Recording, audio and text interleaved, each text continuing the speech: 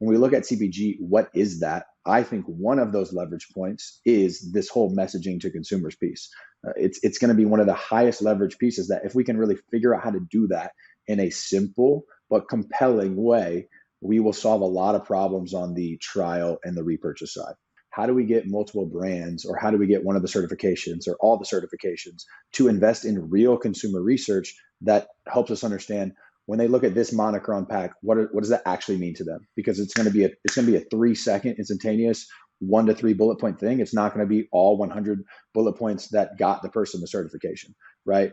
So what do they think about when they see the word regenerative on pack? Do they like it abbreviated? Do they like it in full length? I mean, there's a million questions that we could come up with, but what we really need to do systematically is someone has to come forward and pay for real research to set the baseline. And I know some people are working on this and doing this. Then we have to take that data and we have to say, okay, here's how we're going to increase the efficacy of that, or increase, change the narrative, make it more simple, whatever we need to do that we learn from that, and then keep iterating on that process over and over and over again.